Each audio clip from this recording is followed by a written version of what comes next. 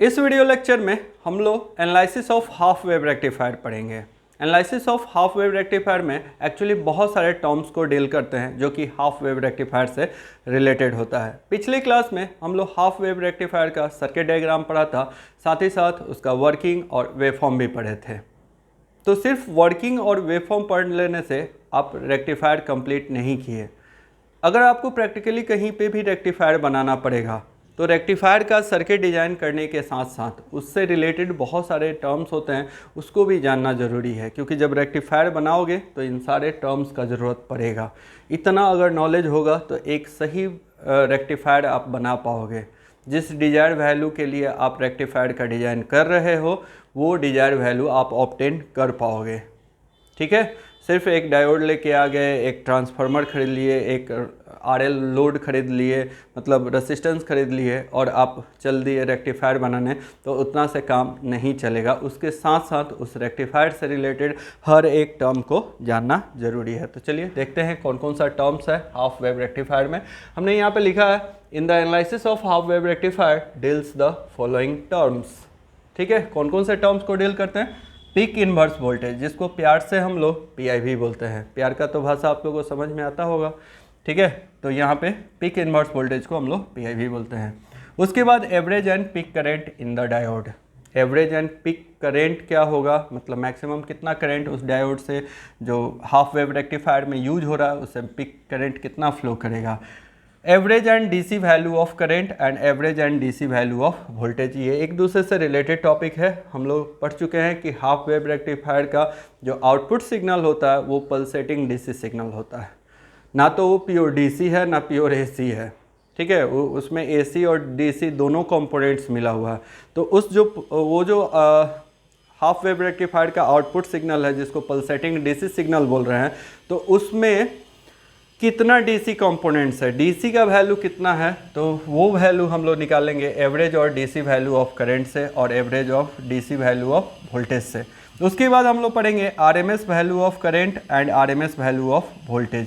अब जो half wave rectifier का आउटपुट सिग्नल है उसमें आरएमएस करंट का वैल्यू कितना है, आरएमएस वोल्टेज का वैल्यू कितना है, तो इससे पता करते हैं। तो उसके बाद फॉर्म फैक्टर, पीक फैक्टर बहुत ही इंपॉर्टेंट है। बहुत सारे गवर्नमेंट सेक्टर के एग्जाम में पीक फैक्टर और फॉर्म फैक्टर का वैल्यू पूछा जाता है। आउटपुट फ्रीक्वेंसी को भी आपको डील करना पड़ेगा, क्योंकि आप एसी सिग्नल को डील कर रहे हैं हाफ वेव रेक्टिफायर से। तो हाफ वेव रेक्टिफायर से जब एसी सिग्नल को डील कर रहे हैं तो जहाँ पे भी एसी सिग्नल का बात आता है वहाँ पे फ्रीक्वेंसी का बात जरूर किया जाता है। ठीक है, चलिए उसके बाद हम लोग आते हैं रेक्टिफिकेशन इफिशिएंसी। रेक्टिफिकेशन इफिशिएंसी में बेसिकली हम लोग पढ़ते हैं कि जो रेक्टिफायर होता है एसी सिग्नल को डीसी सिग्नल में कन्वर्ट कर रहा है। रफली बोल सकते हैं कि एसी को डीसी सिग्नल में कन्वर्ट करता है। तो यहाँ पे एनर्जी का एक फॉर्म दूसरे फॉर्म में चेंज हो रहा है। One form of energy is converting in another form. तो जहाँ पे एनर्जी कन्वर्जन होता है वहाँ पे इफिशियंसी का बात जरूर किया जाता है। ठीक है, एक्चुअली रेक्टिफिकेशन इफिशियंसी को हम लोग आगे चल के हम कन्वर्जन इफिशियंसी भी बताएंगे कि इसको कन्वर्जन इफिशियंसी भी बोल सकते हैं। उसके बाद हम लोग रिपल फैक्टर पढ़ते हैं, फिर ट्रांसफार्मर यूटिलाइजेशन फैक्टर पढ़ते हैं, क्योंकि इसमें ट्रांसफार्मर भी अगर यूज होगा तो उसको कितना यूटिलाइज किया जा रहा है। ठीक है, आगे पढ़ेंगे डिटेल्स में तो देखेंगे। और लास्ट में रेगुलेशन। ठीक है, रेगुलेशन मतलब ये डीसी सिग्नल रेगुलेट करता है, पास करता है, तो उसका रेगुलेशन कितना अच्छा है, ख़राब है, ये सारा हम लोग रेगुलेशन में पढ़ेंगे। अब देखोगे तो यहाँ पे बहुत सारा टर्म्स आ गया, बहुत सारा टॉपिक आ गया और सबको डिटेल्स में पढ़ने वाले हैं। बाप रे बाप, इतना सारा डरो नहीं, डर के आगे जीत है। तो चलिए 2 से 3 क्लास में इस पूरे टॉपिक को हम लोग कवर करेंगे। डरने का ज़रूरत नहीं है, पढ़ना तो है ही, तो आराम आराम से समझ के पढ़ेंगे। एक बार मेहनत कर लो अच्छे से, आगे ज़िंदगी झींगा लाला हो जाएगा। ठीक है, तो ज़िंदगी को झींगा लाला करने के लिए मेहनत तो करना पड़ेगा। चलिए पहला स्टार्ट करते हैं हम लोग। फर्स्ट जो टर्म है पीक इन्वर्स वोल्टेज है। पीक इन्वर्स वोल्टेज को प्यार से हम लोग पीआईवी बोलते हैं। शुरू में ही बोल रहे हैं कि प्यार से इसको पीआईवी बोलते हैं। Most of the time PIV के नाम से ही ये पूछा जाता है कंपटीशन में क्वेश्चन, पीआईवी के ही नाम से पूछा जाता है। हो सकता है कि पीक इन्वर्स वोल्टेज ना लिख के सिर्फ पीआईवी लिखा हुआ, इसीलिए बोले कि प्यार से इसको पीआईवी बोलते हैं। जहाँ पे प्यार वर्ड लग जाए उससे प्यार कर लेना है। ठीक है, टॉपिक से प्यार करो, आगे लाइफ में बहुत एंजॉय करोगे। चलो थोड़ा सा समझाते हैं कि पीक इन्वर्स वोल्टेज क्या होता है। समझने का कोशिश करना, बड़ा आसान सा है, ठीक है। पहले इसका डेफिनेशन लिखते हैं, पढ़ते हैं। It is the maximum voltage that the rectifying diode has to withstand when it is reverse biased. When it is reverse biased, इसका मतलब क्या हुआ कि जब रेक्टिफाइंग डायोड को, मतलब जो रेक्टिफायर में डायोड यूज होता है उसको हम लोग रेक्टिफाइंग डायोड बोलते हैं, और वो पीएन जंक्शन डायोड होता है, ठीक है। तो rectifying diode when it is reverse bias, मतलब जब रेक्टिफाइंग डायोड को रिवर्स बायस किया जाता है तो जिस रिवर्स वोल्टेज पे वो विथ स्टैंड रह सकता है, जितने रिवर्स वोल्टेज पे, ऐसा समझो जितने रिवर्स वोल्टेज पे वो विथ स्टैंड रह सकता है। विथ स्टैंड का मतलब क्या होता है? सहना, बर्दाश्त करना, ठीक है। उस इन्वर्स वोल्टेज वैल्यू को ही हम लोग पीक इन्वर्स वोल्टेज बोलते हैं, ठीक है। इसको अपनी तरफ से एक डेफिनेशन लिख देते हैं। The reverse voltage, the maximum reverse voltage, the maximum reverse voltage at which A diode, ठीक है। यहाँ पे डायोड लिखने का मतलब रेक्टिफाइंग डायोड है। Diode is with stand, is with stand is called PIV, ठीक है। देखो इसका क्या मतलब हुआ, the maximum reverse voltage, the maximum reverse voltage at which A diode is with stand is called PIV। मतलब रिवर्स वोल्टेज का वो मैक्सिमम वैल्यू जिस पे एक डायोड जो है विथ स्टैंड रह सके, मतलब उस रिवर्स वोल्टेज को वो बर्दाश्त करे, उसमें कोई डैमेज नहीं हो, कोई प्रॉब्लम नहीं हो, उस मैक्सिमम रिवर्स वोल्टेज को ही हम लोग क्या बोलते हैं? PIV बोलते हैं। बस इतना याद रखो, maximum reverse voltage at which PN junction diode is with stand is called PIV। Actually होता क्या है, PIV क्यों हम लोग पढ़ते हैं, PIV का ज़रूरत क्यों पड़ा, तो थोड़ा सा हम प्रैक्टिकली आपको समझा रहे हैं, थोड़ा समझने का कोशिश करना, रेक्टिफायर में इसका क्यों ज़रूरत है, ठीक है। कहाँ पे समझाएं? चलो इसको थोड़ा सा फटाफट वीडियो पॉज कर दो, कहीं पे लिख लो, उसके बाद थोड़ा स्पेस चाहिए होता है। चलो देखो क्या होता है, हम लोग रेक्टिफायर पढ़ चुके हैं, फिर से हम रेक्टिफायर आपको नहीं पढ़ाएंगे, थोड़ा सा समझा रहे हैं। यहाँ पे एक डायोड यूज करते हैं, ये RL लोड हो जाता है, ठीक है।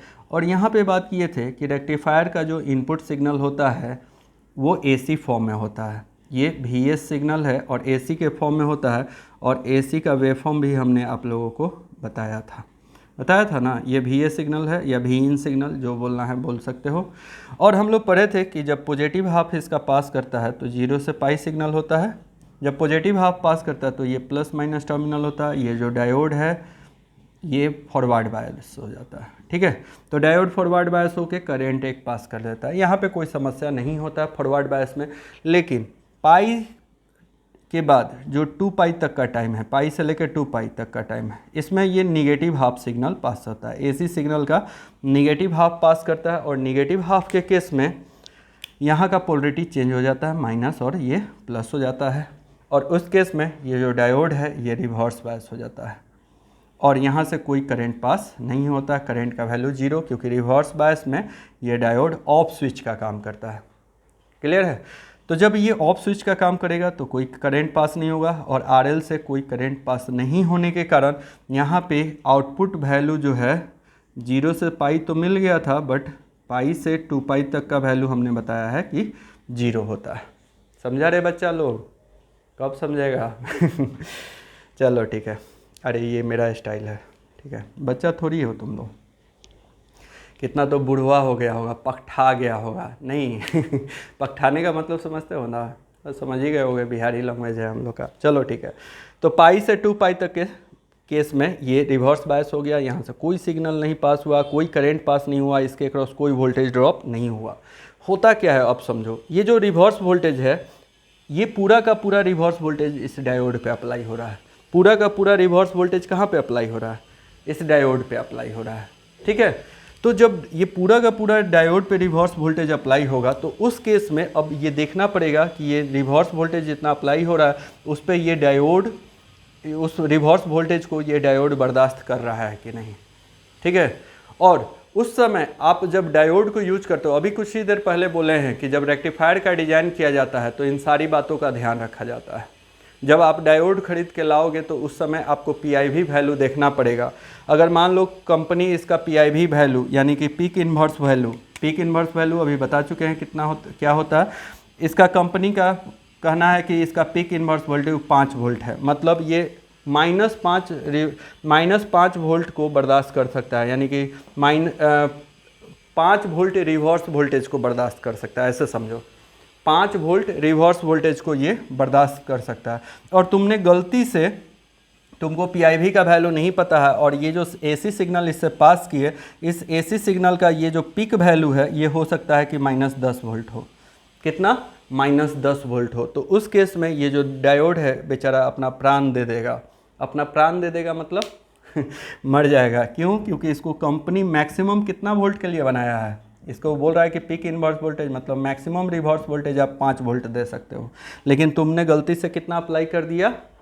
तुम तो विद्वान हो, तुमको तो ये सब पता है नहीं, बस जान गए कि एगो डायोड एगो रजिस्टर लेके आएंगे और हम हाफ वेव रेक्टिफायर बना देंगे, लेकिन तुमको पीआईवी का वैल्यू पता नहीं है तो -10 वोल्ट अप्लाई कर दिए, ये डायोड बेचारा मर गया। अब डायोड जब उड़ जाएगा, ऐसे जो कोर वाला पार्ट होता है ब्लैक वाला, वो ख़त्म हो जाता है।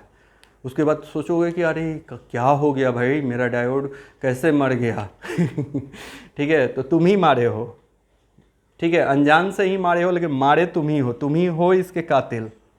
क्लियर?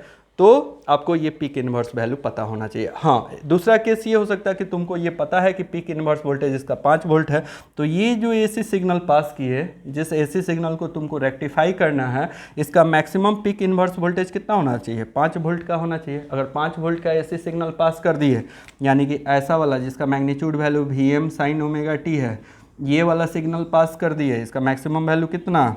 तो -5 वोल्ट। आराम से ये डायोड अपना रेक्टिफिकेशन करेगा, डायोड पे कोई असर नहीं पड़ेगा। 5 वोल्ट से कम 4 वोल्ट 3 वोल्ट 2 वोल्ट तक आराम से ये काम करते रहेगा। ठीक है, 0.7 से कम मत कर देना। चलो फिर, तो 5 वोल्ट ये पता होना चाहिए। ठीक है, तो पीक इन्वर्स वोल्टेज क्या हो गया? वो मैक्सिमम रिवर्स वोल्टेज, जिस रिवर्स वोल्टेज पे डायोड जो है विथ स्टैंड रखे, जिस मैक्सिमम रिवर्स वोल्टेज को डायोड बर्दाश्त करता है, उसी रिवर्स वोल्टेज वैल्यू को हम लोग पीआईवी बोलते हैं। समझ गए होगे? अब कितना समझाएं यार। चलो आते हैं टॉपिक पे फिर से शुरू से। It is the maximum voltage that the rectifying diode has to withstand when it is reverse bias. अगला point, during negative half cycle of input voltage. During negative half cycle of input voltage, ये negative half cycle of input voltage है। The diode reverse bias, जब ये पास होता है तो diode reverse बायस हो जाता है। No current flow through the load RL, कौन सी बड़ी बात है, यहाँ पे कोई आरएल से कोई करंट फ्लो नहीं करेगा। So no voltage drop across the load RL, तो यहाँ पे कोई वोल्टेज ड्रॉप नहीं होगा। ये भी अच्छी बात है, ये तो हम लोग पहले ही से जानते हैं कि वी नॉट का वैल्यू निगेटिव हाफ साइकिल में 0 हो जाता है। कंसिक्वेंटली मतलब तत्पश्चात, consequently the whole reverse voltage, bracket में इनपुट वोल्टेज लिखा है, अपीयर अक्रॉस द डायोड। तो कह रहा है कि तत्पश्चात जब ये कोई यहाँ पे वोल्टेज ड्रॉप नहीं होगा तो जितना भी ये रिवर्स वोल्टेज है ये डायोड पे अप्लाई हो जाएगा। Consequently the whole reverse voltage appear across the diode, पूरा का पूरा रिवर्स वोल्टेज अपीयर हो जाएगा डायोड पे। Thus, the maximum voltage that appear across the diode is equal to peak value of secondary voltage। अब total इस पे maximum कितना वोल्टेज अप्लाई होगा? तो जो ये एसी सिग्नल का मैक्सिमम वैल्यू है, अब इस एसी सिग्नल का मैक्सिमम वैल्यू मान लो Vs मैक्स है, कितना है? Vs मैक्स है, तो यही Vs मैक्स इस डायोड पे अप्लाई हो जाएगा। डेट इज, देखो Vs मैक्स लिखा है, माइनस होना चाहिए, नहीं भी लिखोगे तो कोई बात नहीं, पोलरिटी नहीं कंसीडर करेंगे, सिर्फ मैग्नीट्यूड कंसीडर किया जाता है। ठीक है, पीआईवी में। 10 for a half wave rectifier, half wave rectifier का पीआईवी वैल्यू कितना हो जाएगा?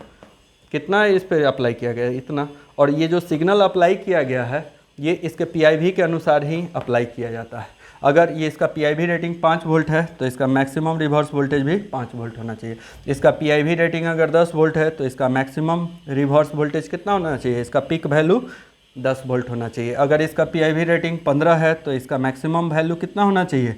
15 होना चाहिए। अब तो समझ जाओ कितना समझाएं, बोलो। आप लोग तो बहुत समझदार हो, है ना। आप लोगों से ज़्यादा समझदार कौन है इस धरती पे। चलो ऐसा सोचोगे तो कॉन्फिडेंस बढ़ा रहेगा। इसको फटाफट लिख लो। उसके बाद अब हम लोग सेकेंड टॉपिक पढ़ेंगे, average and peak current in the diode. Next जो टॉपिक पढ़ना है वो है पीक करेंट। ठीक है, पीक करेंट को हम लोग IM से रिप्रेजेंट करेंगे या IS मैक्स से रिप्रेजेंट करेंगे। थोड़ा सा आप समझोगे, ये जैसे हाफ वेव रेक्टिफायर है तो इसमें जो इनपुट सिग्नल जा रहा है इसको VS सिग्नल बोलते हैं, और ये एक साइन सिग्नल है। तो हम लोग यहाँ पे लिखेंगे the AC voltage pass through the rectifier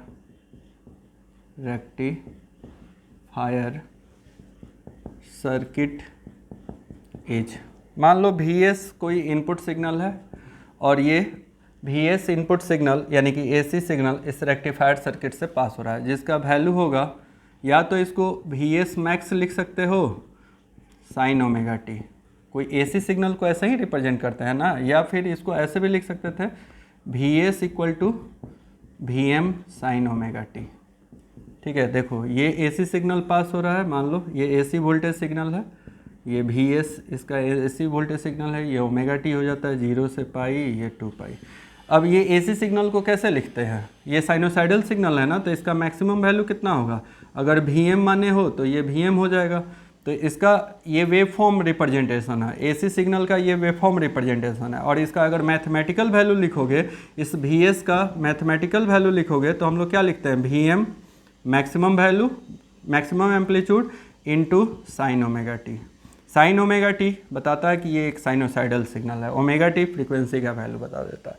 तो इस तरीके से ये मैथमेटिकल रिप्रेजेंटेशन है, या तो VS max sine omega T लिखो, या VS मैक्स को VM भी लिख सकते हैं। ठीक है, कोई भी तरीका, अगर मान लो VS मैक्स लिख रहे हैं तो VS मैक्स ही रहने देंगे, या VM के टर्म में लिख रहे हैं तो VM के टर्म में लिखेंगे। चलो VM के टर्म में लिखते हैं, थोड़ा आसान रहेगा। ठीक है, तो VM साइन ओमेगा टी होगा।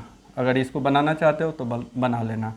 अब देखो यहाँ पे वेयर VM क्या है भाई, तो VM हो गया, VM इज मैक्सिमम एम्पलीट्यूड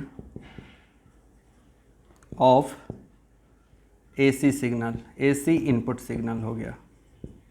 ठीक है, जैसे मान लो कभी बोला जाता है कि 10 वोल्ट का AC सिग्नल पास हो रहा है, या 220 वोल्ट का AC सिग्नल पास हो रहा है, तो 220 वोल्ट के AC सिग्नल को मैथमेटिकली कैसे रिप्रेजेंट किया जाता है, 220 साइन ओमेगा टी लिखा जाता है। ये सब आप लोग को आता होगा। मान लो कहीं पे बोला जा रहा होगा कि 50 वोल्ट का AC सिग्नल है तो 50 साइन ओमेगा टी ऐसे लिखा जाता है AC सिग्नल को। ठीक है, चलो ये समझाने के लिए बताए थे। तो ये AC voltage signal rectifier circuit से पास होता है, तो इसको हम लोग लिख लिए। उसके बाद एक रेक्टिफायर सर्किट में टोटल रेसिस्टेंस कितना होगा, the total resistance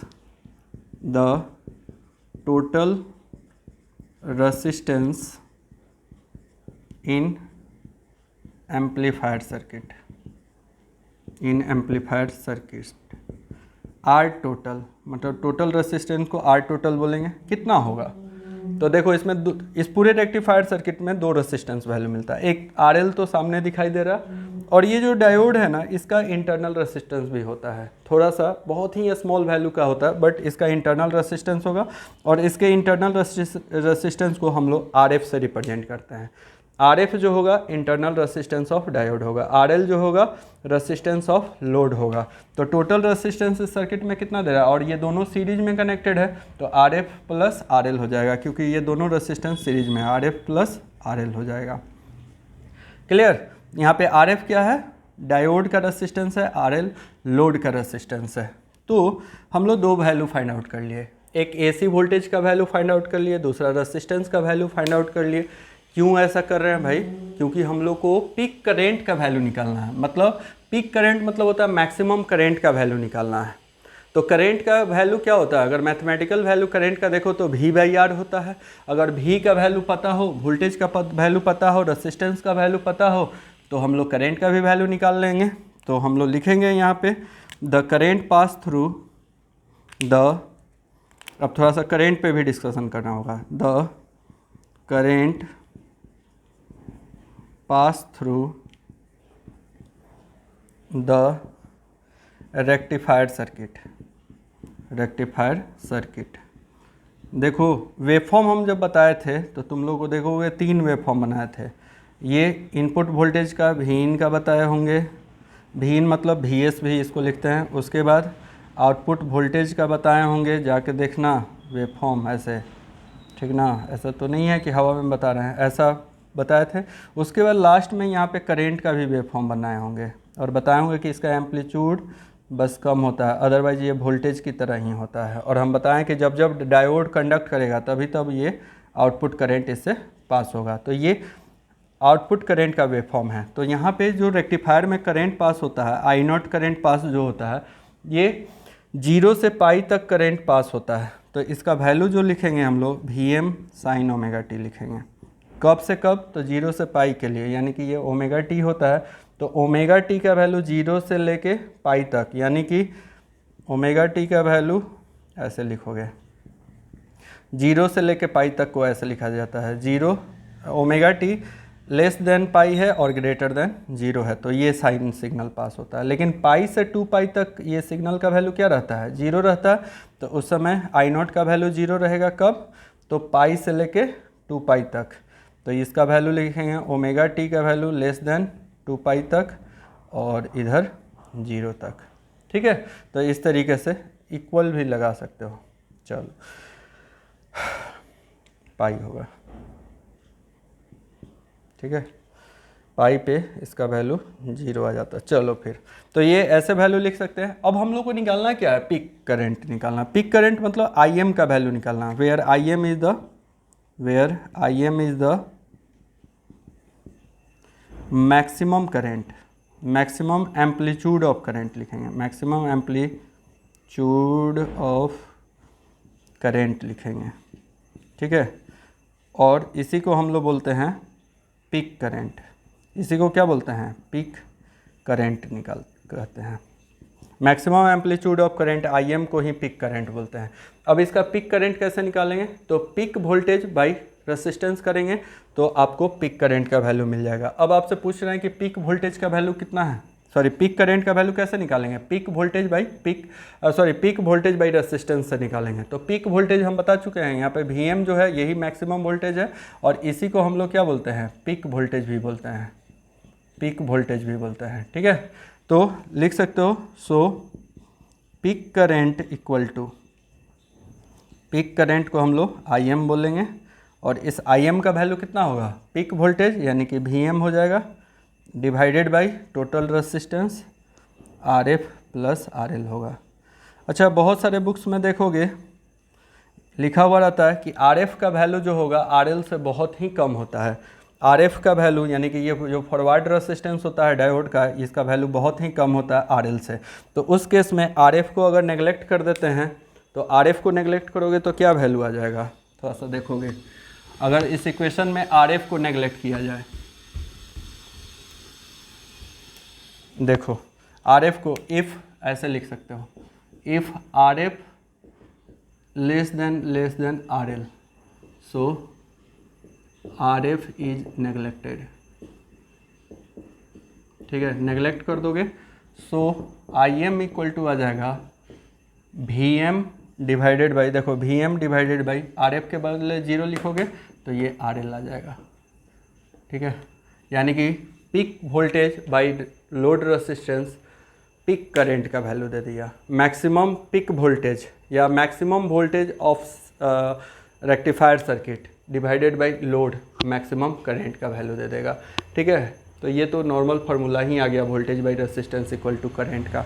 maximum current निकालना है तो यहाँ पे मैक्सिमम वोल्टेज ले लिए, बाद बाकी सब सेम है। चलो यहाँ तक लिख लो, ठीक है। अब अगले क्लास में हम लोग एवरेज वैल्यू और RMS वैल्यू 2 चीज़ का डेरिवेशन सिखाएंगे।